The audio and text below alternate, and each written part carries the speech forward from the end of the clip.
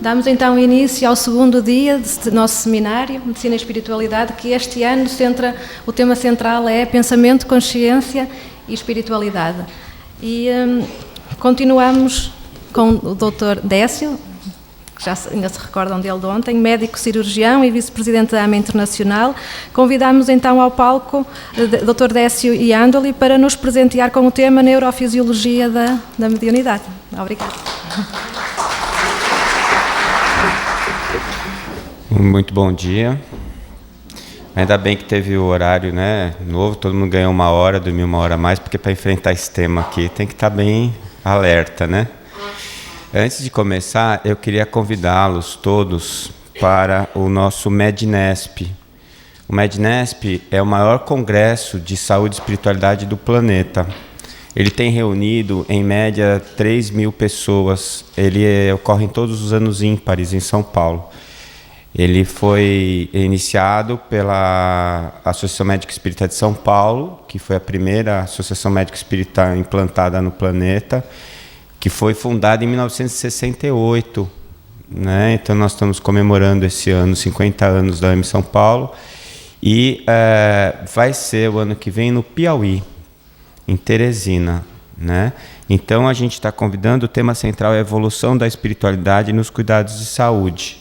A gente vai deixar ali alguns folders e o cartaz, né? Tem um site para você entrar, para você ver os pacotes. Já aproveita para fazer um turismo lá no Brasil. Se você não conhece o Piauí, vai conhecer. Tem uns lugares muito bonitos lá, uns sítios arqueológicos, né? É uma cidade que cresceu demais, está bem bonita. Então estão todos convidados. Espero vê-los lá, né, no Piauí o ano que vem, tá bom? Bom, aqui a gente vai falar um pouquinho da mediunidade, da neurofisiologia da mediunidade, e a gente ainda tem a mediunidade como algo pouco discutido e não aceito pela academia.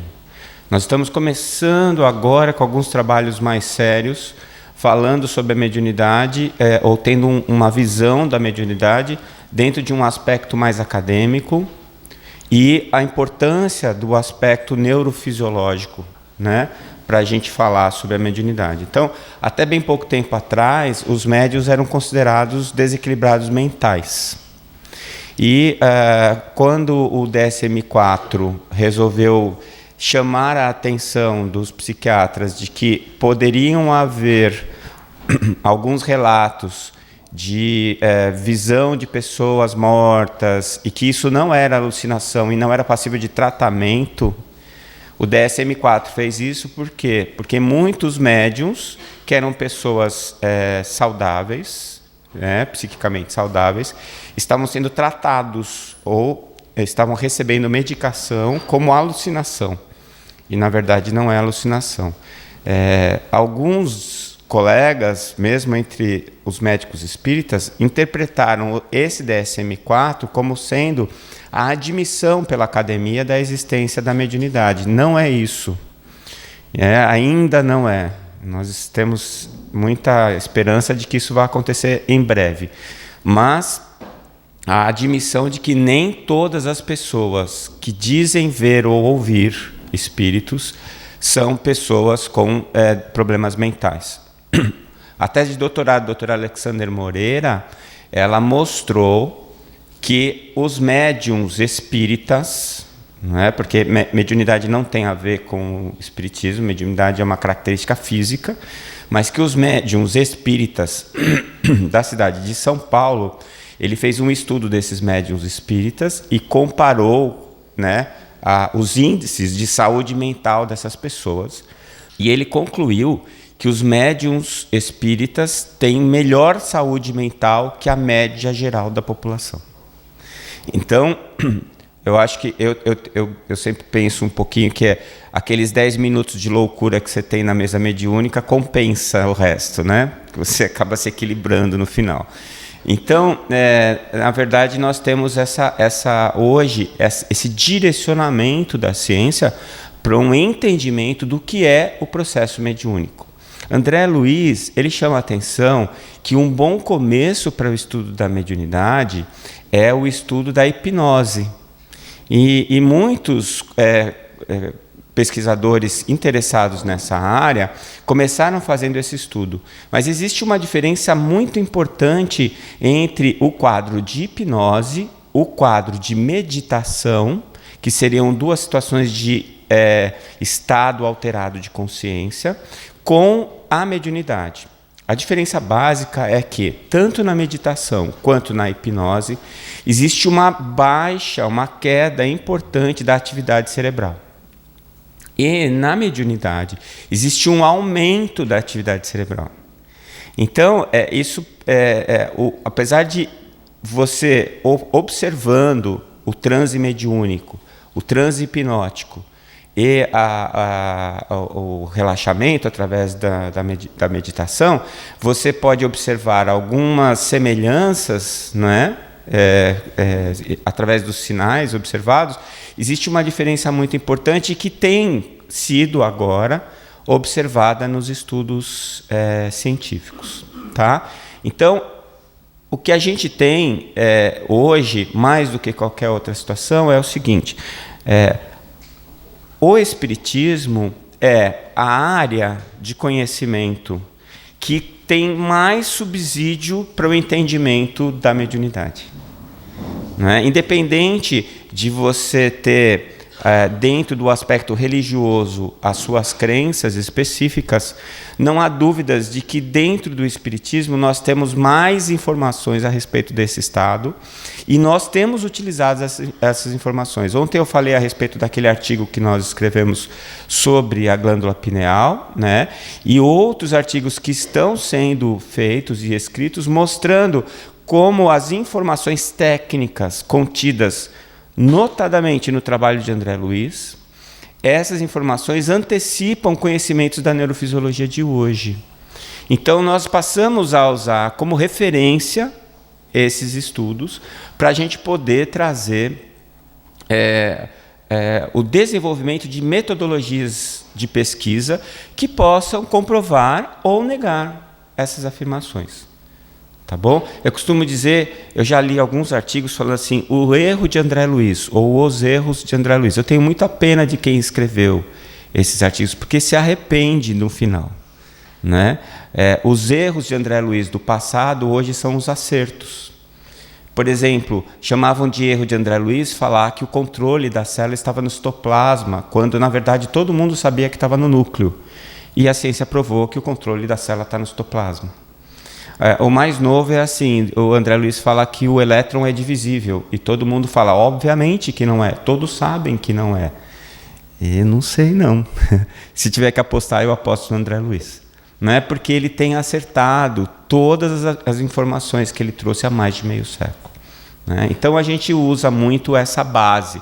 E o que a gente vai trazer aqui para vocês é uma hipótese científica de como funciona, né, o cérebro durante o transe mediúnico. Antes, a gente conceitua a mediunidade, e esse conceito é o que está no livro dos médiuns, né? A faculdade inerente a todos os seres. Veja, todos os seres. Ele nem fala seres humanos, ele fala todos os seres. Tá? Então, os animais também têm mediunidade, certo? Dentro do estado de consciência e desenvolvimento específico deles, né? É a faculdade inerente a todos os seres que lhes dá a capacidade de perceber, em um grau qualquer, a influência dos espíritos. Então, existem alguns confrades também que dizem que nem todos são médiuns. Né? Todos somos médiuns. Todo mundo que tem um cérebro é médium. Certo? Agora, o grau, a especificidade da mediunidade é própria e específica de cada um. Se você nunca viu nenhum espírito, nunca ouviu nenhum espírito, então você não é médium? Tá, você nunca teve uma inspiração, você nunca teve uma intuição, você nunca teve um sonho premonitório, então você é médium também. Certo? Muito bem. Para nós médicos é muito importante estabelecer um critério diagnóstico.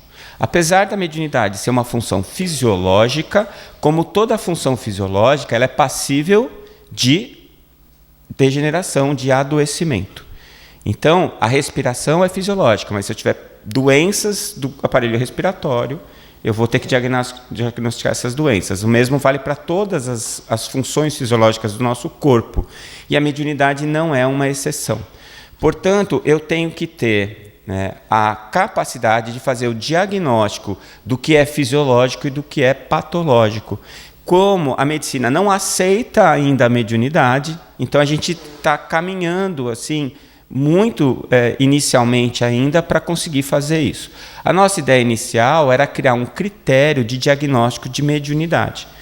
Apesar de o Departamento de Psiquiatria da Associação Médica do Brasil já conseguir estabelecer critérios muito sólidos sobre a diferença entre uma alucinação e uma visão mediúnica, e eles têm colocado isso nos congressos de maneira muito consistente, muitas vezes nós ficamos em dúvida com relação ao que está acontecendo, né? Eu lembro que eu recebi, há uns 2 anos atrás, eu estava lá no consultório e entrou um senhor para fazer a consulta e eu comecei a conversar com ele e em 10 minutos eu percebi que não era ele, que ele estava em transe mediúnico e que eu estava conversando com um espírito. E eu fiquei meio sem saber o que fazer, né? Eu falei, nossa, esse veio encaminhado direto, né, do nosso lar, né? Aí eu comecei a conversar com o espírito. Aí eu fiz a consulta com o espírito foi embora, e aí o paciente acordou e ficou surpreso que ele estava ali. Ele não sabia que ele estava lá, ele estava inconsciente. E aí eu conversei com o paciente, orientei ele para procurar uma orientação, e ele era espírita, o paciente, foi fácil, né? Eu encaminhei ele para o centro onde eu frequento, e hoje ele trabalha na mesa mediúnica, né? Então ele foi encaminhado diretamente pelos espíritos. Eu agradeci muito, né, a espiritualidade pela confiança. Mas de qualquer maneira nós ainda precisamos identificar em algumas pessoas se o que está acontecendo com ela é uma doença mental, uma doença psiquiátrica, se é uma obsessão ou se é mediunidade. Então, todos os nossos diagnósticos são feitos através de sinais e sintomas. Os sintomas, a gente foi fazer uma pesquisa, o Chico ele elencou aqui esses 5 sintomas: irritabilidade, sonolência sem motivo, dores sem diagnóstico, e aqui a gente já tem alguns indícios disso ser uma ectoplasmia, ou seja, são doenças da produção de ectoplasma, que são passíveis, mais frequentes em médiums de efeitos físicos, né? Por isso são mais comuns em mulheres. As mulheres todas são médiums de efeitos físicos, né? Eu não sei se vocês já pararam para pensar nisso. A gestação é um processo de materialização e, ao mesmo tempo, é uma incorporação, né? Então, ela vai doar ectoplasma para o espírito fazer a conexão, né, dele com o zigoto para desenvolver o novo ser. E ela vai fornecer esse ectoplasma. Então, ela é médium. Ela está fazendo a mediunidade de aproximação e incorporação de um novo espírito. Então, todas as mulheres produzem mais ectoplasma que os homens e, portanto, são mais passíveis das doenças causadas pela produção alterada ou equivocada do ectoplasma. Existem alguns indícios fortes de que a fibromialgia, por exemplo, seja uma disfunção da produção de ectoplasma. Por isso que é muito mais comum nas mulheres, né? Então, a gente vai entendendo algumas coisas com o desenvolvimento do conhecimento, tá? Dores sem diagnóstico, mau humor, choro inexplicável. Vocês têm que concordar comigo que esses 5 sintomas são bastante inespecíficos, né? E hoje, com a vida que a gente leva, comuns também. Então, ainda não são suficientes para a gente fazer diagnóstico. A doutora Marlene Nobre chama a atenção de alguns outros sintomas, como distúrbios de apetite, né?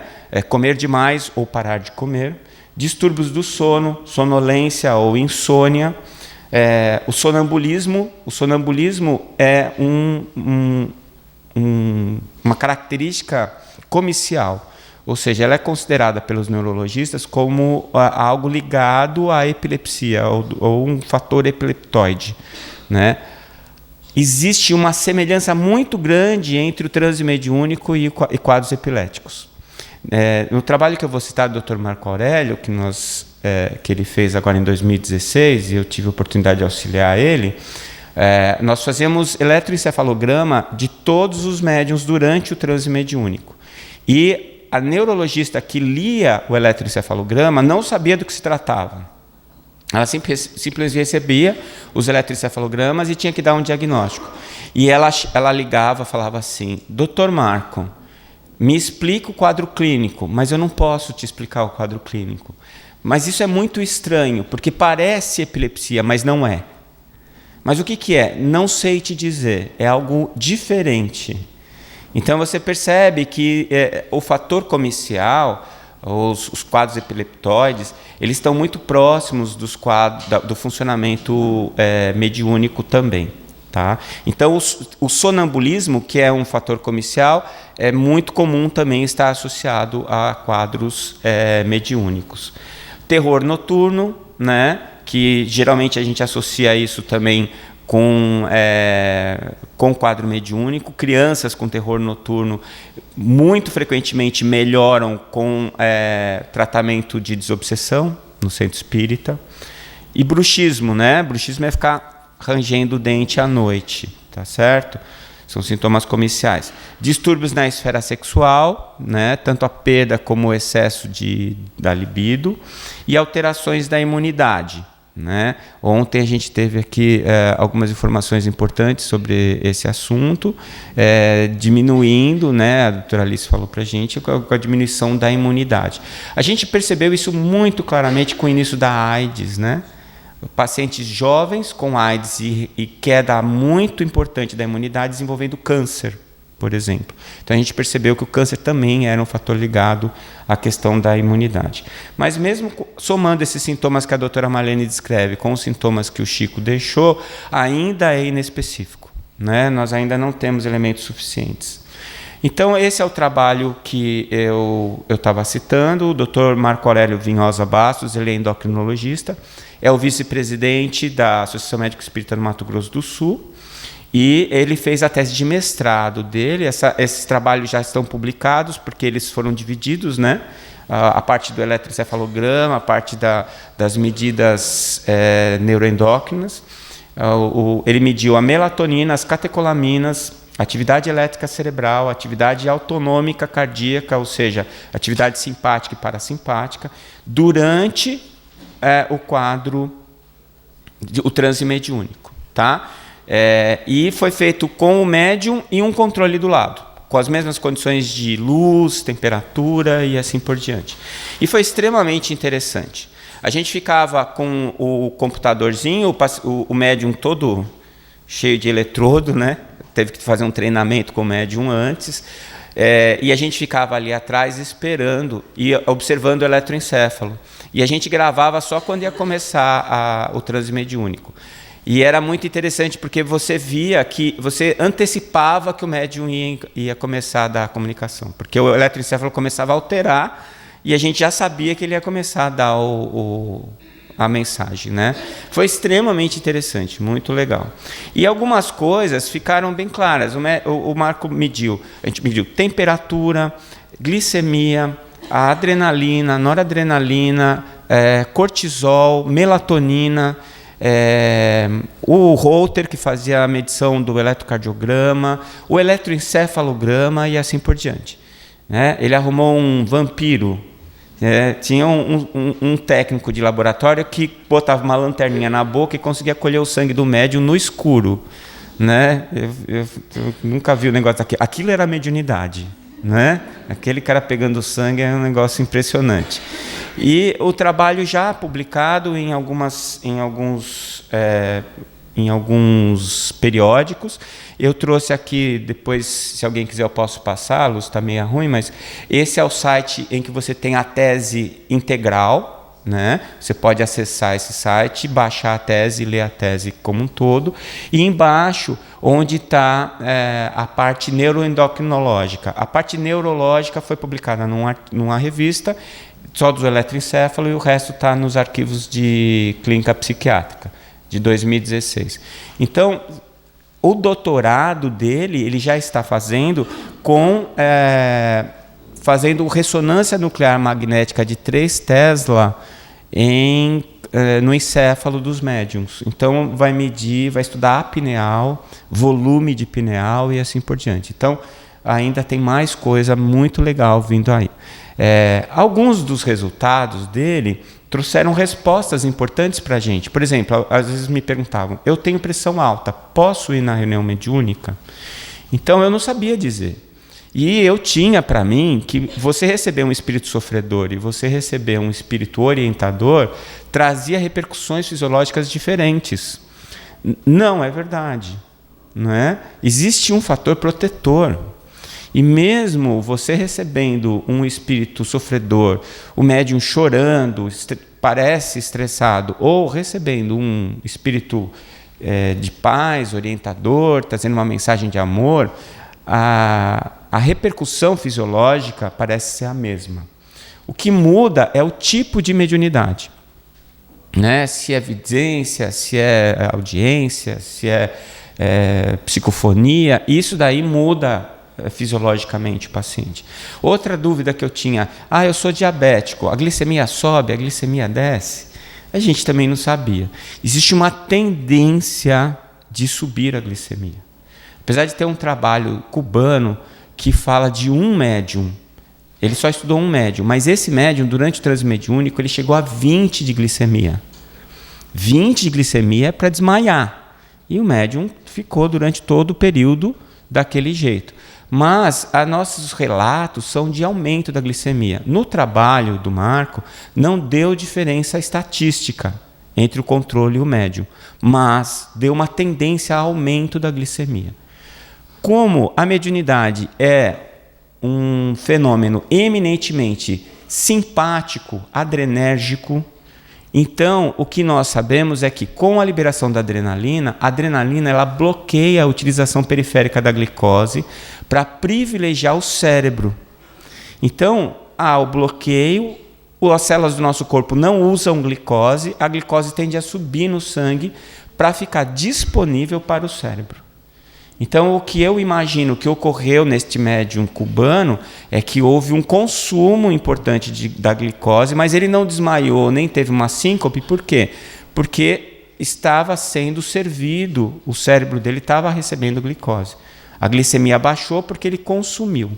Né? E no caso dos médiums da nossa vivência, né, dos médiums normais, ocorre um discreto aumento da glicemia por causa do bloqueio adrenérgico. Tá certo? Então, essa glicose está lá para ser usada pelo cérebro. Certo? Muito bem. Então, os sintomas dependem do tipo de mediunidade, como a gente já falou. É predominantemente adrenérgico, então você vai observar taquicardia, aumento de tônus muscular. Isso também o Marco mediu indiretamente, através de dosagens de enzimas, que aumentam com contração muscular. Eu não sei se deve ter muitos médiums aqui, eu sou um médium bem meia boca, sabe? Minha mediunidade é meia capenga. Mas eu ofereço muita resistência durante o transe mediúnico e eu saio, depois da reunião mediúnica, com dor muscular. Então eu já sabia que ia dar aumentado, e deu mesmo. Ou seja, há uma contração muscular que é típica, característica da ação adrenérgica. Né? A adrenalina ela te prepara para fuga ou luta. Então você fica, o seu organismo fica em estado de alerta. Né? E os efeitos são correspondentes. Né? Um aumento discreto da glicemia, um aumento do cortisol, porque é a mesma coisa, o cortisol protege do estado estressante da adrenalina. E cefaleia, a gente pôs interrogado aqui, a cefaleia, ela vinha, pelo menos para mim, inicialmente, por causa do meu despreparo. Mas depois que eu fui aprendendo a lidar com o fenômeno, eu parei de ter dor de cabeça. Tá certo? Bom, então, como é que nós ficamos no diagnóstico? Não ficamos ainda, tem muita coisa que a gente precisa aprender. O que é muito importante a gente perceber é que, pelo menos até o momento, a mediunidade é um diagnóstico de exceção. Ou seja, eu não posso falar que é mediúnico enquanto eu não tiver todos os dados que afastem qualquer tipo de patologia. Certo? Eu tive um episódio de um colega muito querido que durante a preparação para uma reunião mediúnica ele teve um quadro de epilepsia. Todo mundo deu passe na hora, ele melhorou, e eu peguei ele para levar para o hospital. Não, já recebeu o passe? Não, imagina, teve uma epilepsia. E nós, depois, na ressonância, ele tinha um tumor no cérebro. Né? Então, assim, é mediunidade? Pode ser. Né? Nós só vamos ficar com o diagnóstico de mediunidade quando nós afastarmos todas as outras hipóteses de doenças. Tá? Então, afastando tudo, eu vou ter o quadro de... vou dar o diagnóstico de mediunidade. Portanto, é um diagnóstico de exceção. Certo? Diagnóstico de exceção, acho que vocês entenderam, é isso. Né? É quando eu afasto todas as outras possibilidades. Tá bom? Muito bem. Agora eu quero dar... rapidamente as bases neurofisiológicas, ou seja, o que a gente imagina que está acontecendo no cérebro. Então, vocês sabem que o nosso sistema nervoso ele existe para nos comunicar com o meio. Então, a gente tem 3 funções principais: a sensitiva, que é a coleta de informações, né? A gente percebeu o que está acontecendo no meio; a integrativa, que é a nossa capacidade de interpretar o que está acontecendo com o meio, né? E decidir, né? Interpretar e decidir, porque a emissão da resposta é uma decisão; e a motora, que é a resposta, a execução da resposta, que, apesar do nome motora, nem sempre está ligada a um movimento muscular. Né? Eu posso ter uma descarga glandular, e isso é uma resposta motora. Tá certo? Muito bem. Se a gente está falando de mediunidade, a mediunidade é uma percepção em alguma escala do plano espiritual, como definiu o Livro dos Espíritos, então é uma função sensorial. Tá? Ela pode chegar a uma resposta motora, por exemplo, numa psicografia mecânica, mas de qualquer maneira ela é fundamentalmente sensorial. Então a função sensorial no encarnado desperto, por quê? Porque se você está encarnado e está dormindo, já não usa.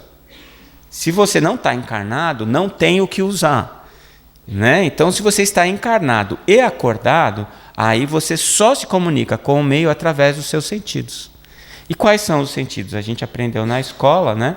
Visão, audição, gustação, olfação e tato. Só que o tato é uma das percepções somestésicas. Né? Então, o nome certo é somestesia e propriocepção. Então, a somestesia é a percepção no corpo do que está acontecendo ao redor. Frio, calor, tato, dor e etc. E propriocepção. Propriocepção é o que você sentiu hoje depois do café da manhã. Seu estômago cheio. Né? Você perceber, se você acorda de manhã antes de abrir o olho, você sabe se a sua perna está dobrada, se está esticada e assim por diante. Então, é a propriocepção. Então, a gente tem muito mais sentidos do que esses aparentes 5 sentidos. Fora que a glândula pineal já foi identificada como uma percepção de campos eletromagnéticos. Então, nós temos o 6º sentido, né? O 7º, 8º, são vários. Temos vários sentidos. Muito bem. Tudo que eu percebo enquanto eu estou encarnado e acordado só chega à minha consciência através desses receptores, que são, na verdade, neurônios modificados para perceber determinado tipo de estímulo. Como acontece com a minha retina, por exemplo. A minha retina tem células que se diferenciaram e percebem a luz.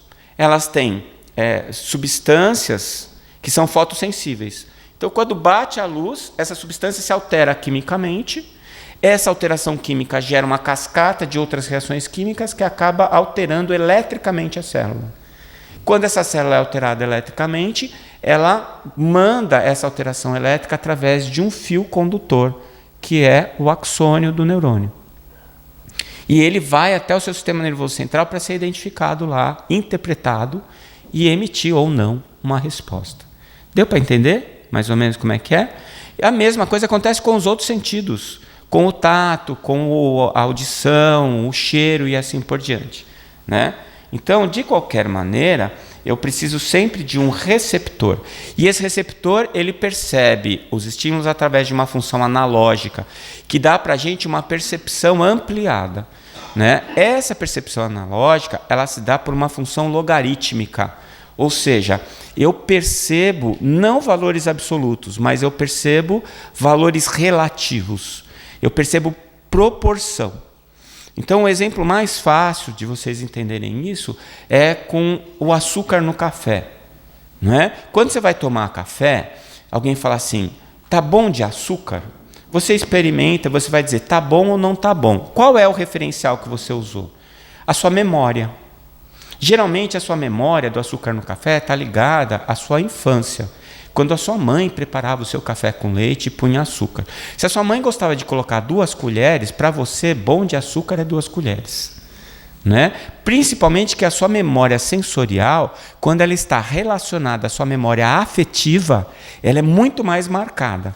Tudo que é ligado à afetividade é mais forte em nós. E marca a gente de uma maneira indelével. Ou seja, ideias iniciais, o aprendizado inicial, ele é muito forte. É muito mais difícil você mudar a sua opinião depois que você já estabeleceu essa opinião através do tempo, principalmente se essa opinião foi marcada emocionalmente. A neuroplasticidade ensina a gente que é mais fácil enganar alguém do que convencê-lo de que ele foi enganado. É mais fácil você trazer uma informação para a pessoa do que fazer com que ela mude a ideia dessa informação. Né? Então, nós somos seres ainda muito emocionais. A emoção é fundamental, mas ela tem que ser equilibrada e temperada com a razão.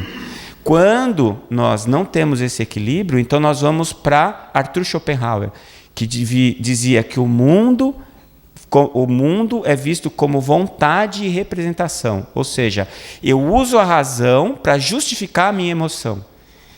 Né? E eu trago a minha verdade, e que eu tenho certeza que é verdade, porque eu sinto essa verdade emocionalmente. Então, a verdade, ela diz que não existe dono da verdade. Todos nós somos donos da nossa própria verdade. Existe outra verdade? Existe. A verdade absoluta, que é a realidade. Podemos vê-la? Alguns de nós podem, outros não. Não é? Com certeza, no futuro, todos nós vamos ver a verdade. Então, o que nos engana não são as nossas convicções, são as nossas visões de mundo. Porque cada um de nós vê o que quer e não o que é. Cada um de nós vê o que faz você se sentir melhor e não o que é o melhor. Entende? Então, a neurofisiologia explica isso muito claramente para a gente. O que nós estamos vendo? Nós estamos vendo uma representação de um estímulo. Vocês estão me vendo aqui, não estão? Não estão. Por que vocês não estão me vendo? Porque eu não emito luz. E você só é capaz de perceber luz. Então, quando você brinca com o seu filho, assim, que você bota a fralda na frente da cara dele, cadê o papai? Aí tira a fralda, tá aqui, e ele cai na gargalhada. Por quê? Porque ele acha estranho. Oh, o pai sumiu, o pai apareceu. O pai sumiu, o pai apareceu. Né? Por quê? Porque ele deixa de me ver, e depois ele começa a me ver de novo. É uma ilusão dos sentidos. Né? Ilusão dos sentidos. Então, você tomou o café, que nem eu estava explicando. Botou as 2 colheres que a sua mãe colocava para você. Você achou o café gostoso. Aí eu te dou um doce para você comer. Uma colher de doce de leite. E peço para você tomar o café de novo. O que vai acontecer com o café? Tirou o doce de leite, tirou o açúcar do café? Não, é a mesma quantidade. Mas a quantidade de açúcar que tem no café é menor que a do doce de leite. E você percebe a diferença. Por isso que não adianta você perguntar para alguém que está dentro da piscina se a água está boa.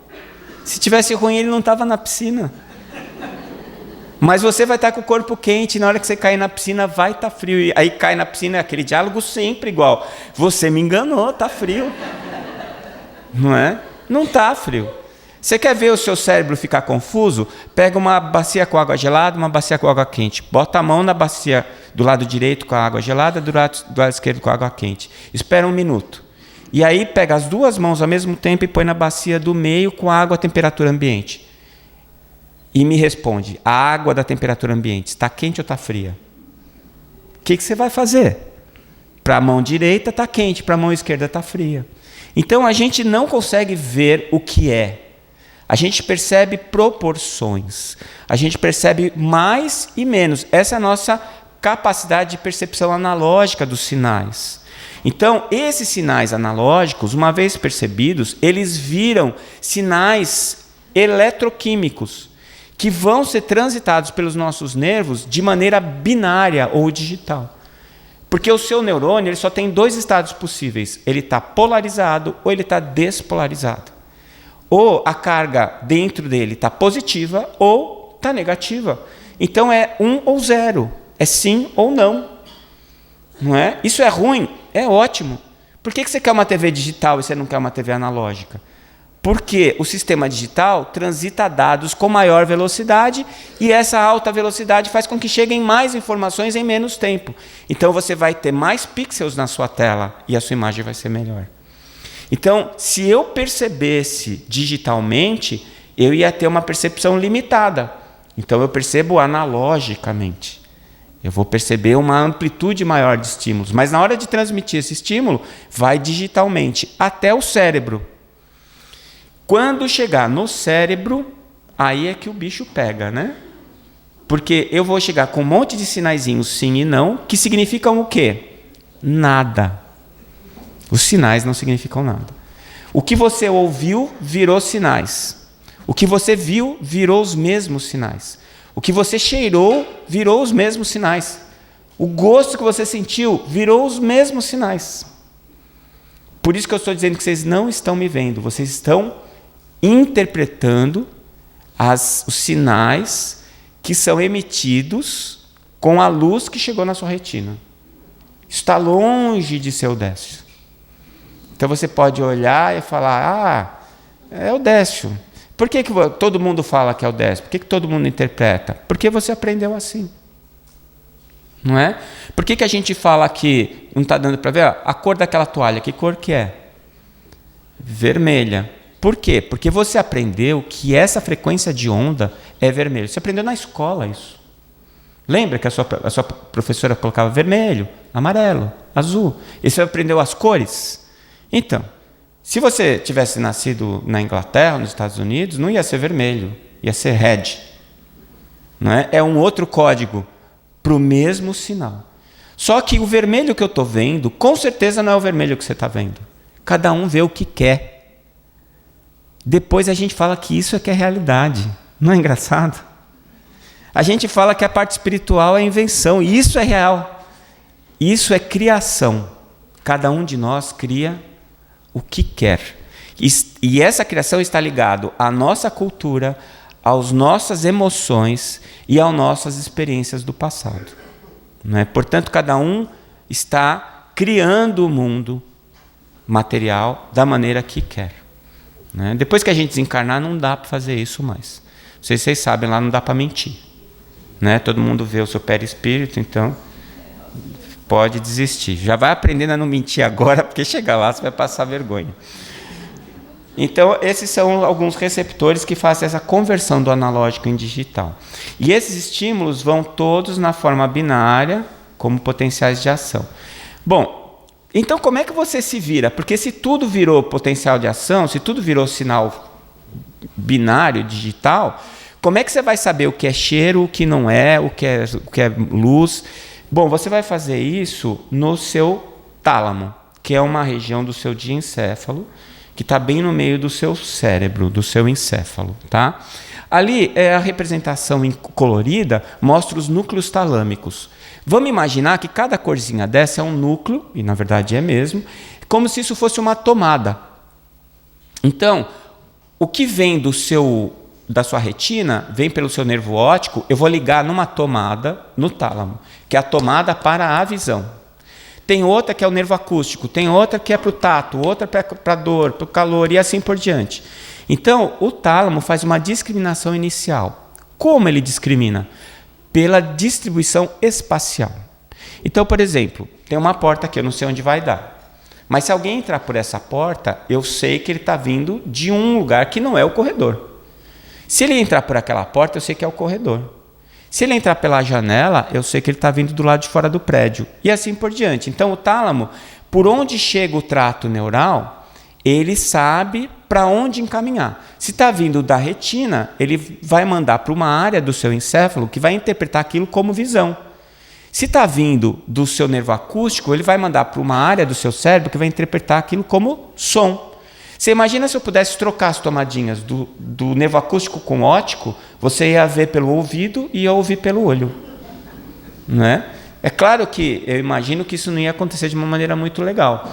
Se tivesse luz no seu olho, você ia, em vez de ver um clarão de luz, você ia ouvir um barulho. E se fizesse um barulho, você ia ver um clarão de luz. Né? Muito provavelmente você não conseguiria discriminar formas como você consegue discriminar. Por quê? Porque o seu cérebro, ele se desenvolveu, os córtex se desenvolveram para fazer essa interpretação fina, né? Ou seja, o tálamo, ele vai pegar esses estímulos sensoriais e ele vai jogar isso no seu telencéfalo, que é o seu córtex, em áreas específicas que vão discriminar, localizar e interpretar aquelas imagens.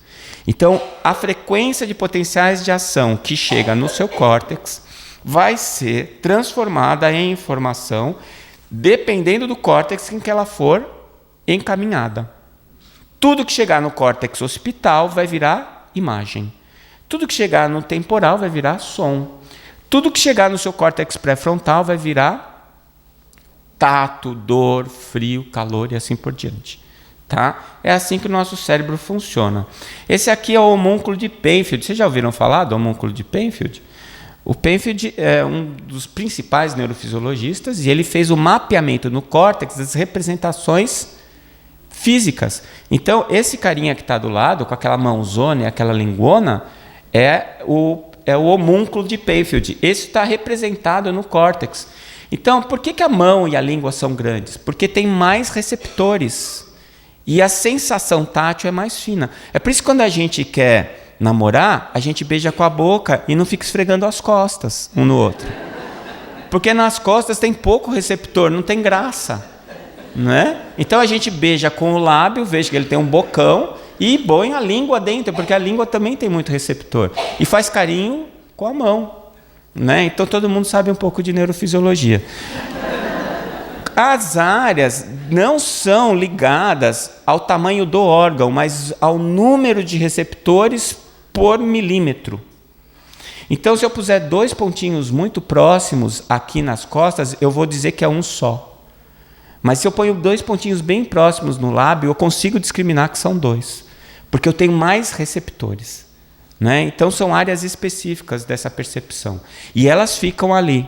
Né? O meu corpo, a minha consciência interpreta o meu corpo por aqueles sinais que estão ali sendo representados. Eu tenho um homúnculo de Penfield tanto no meu córtex motor quanto no sensorial. Então tem isso também para atividade motora. Tá? Bom, quando chegar esses sinais lá no córtex, da visão, da audição, da gustação, da olfação e das sensações somestésicas, eu vou ter 2 áreas principais. Então, eu recebi o sinal, ele veio para o tálamo mandou para a área primária cortical. Essa área discrimina, né? Faz a discriminação refinada. Então, você vai montar a imagem, por exemplo. Você vai montar claro, escuro, cor aqui, cor ali, até montar a imagem. Essa imagem vai para o córtex associativo. O córtex associativo é onde está a memória sensorial. Então, por exemplo, se eu falar maçã e pedir para vocês lembrarem do sabor da maçã, vocês vão lembrar. E se eu fizer uma ressonância nuclear magnética funcional e pedir para vocês morderem, mastigarem e engolirem a maçã, o seu cérebro vai trabalhar igualzinho se você tivesse realmente mordendo, mastigando e engolindo a maçã. Portanto, entre a realidade e a imaginação não existe diferença no seu cérebro. Tá? Quando você vai no cinema assistir o Brad Pitt e a Angelina Jolie, você, mulher, está indo para dar um beijinho no Brad Pitt e o seu marido para dar um beijinho na Angelina Jolie. E para o cérebro de vocês é como se estivessem mesmo beijando, né? Não faz diferença. É por isso que a gente gosta de cinema, tá certo? E é por isso que não tem protagonista feio, porque ninguém quer beijar um feio, todo mundo quer beijar o bonitinho, não é? Então, para o seu cérebro tanto faz. Quando diz assim que a fome é psicológica, tudo é psicológico, né? Por quê? Porque nós vivemos num mundo de ilusão. A matéria é ilusão. E o nosso cérebro nos engana, dizendo que aquilo é real. mas não passa de ilusão. Então, a minha memória, ela tem essa memória gustativa, olfativa, visual, que está ligada, lembra? Às questões emocionais do meu passado, da minha infância, assim por diante. Então, eu pego o estímulo, faço a associação com a memória, e aí eu vou construir, né, o diagnóstico. Esse diagnóstico vai ser dado numa outra área do cérebro chamada área gnóstica ou área de Wernicke. Nessa área, eu vou juntar todas as minhas experiências e as minhas memórias sensoriais para dar o diagnóstico. Não é? Então, se eu vendar você e der uma maçã na sua mão, você vai palpar a maçã e pela palpação você me diz que é uma maçã. E aí você manda isso para a área de Wernicke, a área de Wernicke coloca a cor, o gosto, a textura e assim por diante. Tá? Então, o seu cérebro faz o serviço. Tá bom? Todo mundo entendeu? São 6 meses de neurofisiologia da Faculdade de Medicina em 6 minutos. Não é? Muito bem. Qual é a hipótese da neurofisiologia da mediunidade? Bom, a mediunidade seria o sexto sentido. Quem é o receptor? A pineal. A pineal, ela vai perceber o que está acontecendo. A gente já sabe que a glândula pineal é capaz de perceber campos eletromagnéticos, mas ela consegue perceber campos supraluminais, ou seja, ela consegue perceber energias que viajam acima da velocidade da luz. A pineal, uma vez excitada, como todos os outros receptores, tem que mandar a informação para o tálamo, para fazer a discriminação inicial. O tálamo vai receber esse trato, não é? Vai receber essas informações. E aí ele tem que mandar para um córtex. Qual é o córtex da mediunidade? Tem? Não tem. E aí para onde é que ela manda? Depende do seu cérebro. Se ela mandar para o seu córtex occipital, você vai ser um clarividente. Se ela mandar para o seu córtex temporal, você vai ser um clareaudiente. Só que você vai estar vendo não com a retina, você está vendo com a pineal. Você não vai estar ouvindo com o ouvido, você vai estar ouvindo com a pineal. Dá para entender isso? Quem é médium sabe bem o que eu estou falando. Então tem médium que vê com o olho aberto. Tem médium que não vê com o olho aberto. Tem médium que vê, mas não vê a imagem. Então, tudo depende da maneira como o sinal chega, em que área cortical chega, e a maneira como você vai interpretar aquilo. Porque você vai perceber, como aquela neurologista do trabalho do Marco, que parece, mas não é. Assim, parece que eu estou vendo, mas não é. Tem alguma coisa estranha. Eu estou sentindo um cheiro, mas parece que não é um cheiro. Eu estou ouvindo alguma coisa, mas parece que é dentro da minha cabeça. Não é? Por quê? Porque você está projetando aquele sinal. Então, se você tem um médium tipo Chico Xavier, ele devia ter conexão talâmica com todos os córtex. Então, aquela pineal dele devia ser multimídia, né? Ela fazia tudo. Mas para a gente, não. Normalmente, nós que dizemos que não somos médiums, que nós não temos a mediunidade dinâmica, temos a mediunidade estática, não é? Esse médium geralmente manda, o tálamo dele manda as informações da pineal para o córtex direito. E o córtex direito interpreta aquilo de uma maneira subjetiva. Então você entende aquilo como se fosse uma intuição, como se fosse, né? A gente que não é muito humilde, né? Aí você está assim, escrevendo, pensando em alguma coisa, você tem uma ideia tão sensacional, você fala, nossa, eu sou um gênio. Não é mesmo, né? Não foi você que teve aquela ideia. Né? Os caras mandaram para você por e-mail a ideia, ela baixou no seu córtex direito, e você acha que é tua, né? É apropriação indébita. Então, na verdade, é isso que acontece. Então, a nossa hipótese para o trabalho mediúnico é isso. Quem está produzindo trabalhos muito importantes com relação a esse tipo de encaminhamento dos sinais neurais e a mediunidade é o Júlio Preto Pérez e o Alexander Moreira. Eles já fizeram um trabalho com médium psicográfico e fizeram um trabalho com médiums de pintura mediúnica. Esse trabalho de pintura mediúnica foi feito em Arren. Já existem alguns trabalhos começando a sair, vai dar vários trabalhos, né? Então, é muito importante, porque isso vai começar a sedimentar essa informação que a gente tem da percepção do funcionamento neurofisiológico da mediunidade, tá? Portanto, mediunidade é uma capacidade orgânica ligada à disposição dos tratos neurais. Não é ligado a médium espírita ou não espírita, não é, algumas pessoas têm, outras não têm, e como toda atividade neural e com a neuroplasticidade, você pode melhorar ou não a sua capacidade mediúnica. Se você treinar, melhora. Mas você não vai ser um Chico Xavier, né? Então eu posso treinar, jogar futebol, não vou ser o Pelé, não vou ser o Cristiano Ronaldo, certo? Mas eu posso melhorar a minha atividade, né? A minha habilidade, a partir da base que eu tenho genética, tá certo? Então eu quero terminar trazendo essa poesia do Alberto Caeiro, né? O alter ego do Fernando Pessoa. Eu passo essa poesia para os meus alunos na faculdade de medicina depois que eu falo de neurofisiologia da sensação. Eu deixo essa pulga atrás da orelha deles, né? Que eles estão vendo, o que eles estão sentindo. Eles saem tudo assim da aula sem saber. Professor, mas o que vai cair na prova? A pergunta é sempre essa, né? Eu falo assim, pensa aí. E eu trago porque eu acho que essa poesia é neurofisiologia pura. Então ele fala assim: sou um guardador de rebanhos. O rebanho é os meus pensamentos, e os meus pensamentos são todos emoções. Penso com os olhos e com os ouvidos, e com as mãos e os pés, e com o nariz e a boca. Pensar uma flor é vê-la, é cheirá-la, e comer um fruto é saber-lhe o sentido. Por isso, quando num dia de calor me sinto triste de gozá-lo tanto, e me deito ao comprido na erva, e fecho os olhos quentes, sinto todo o meu corpo deitado na realidade.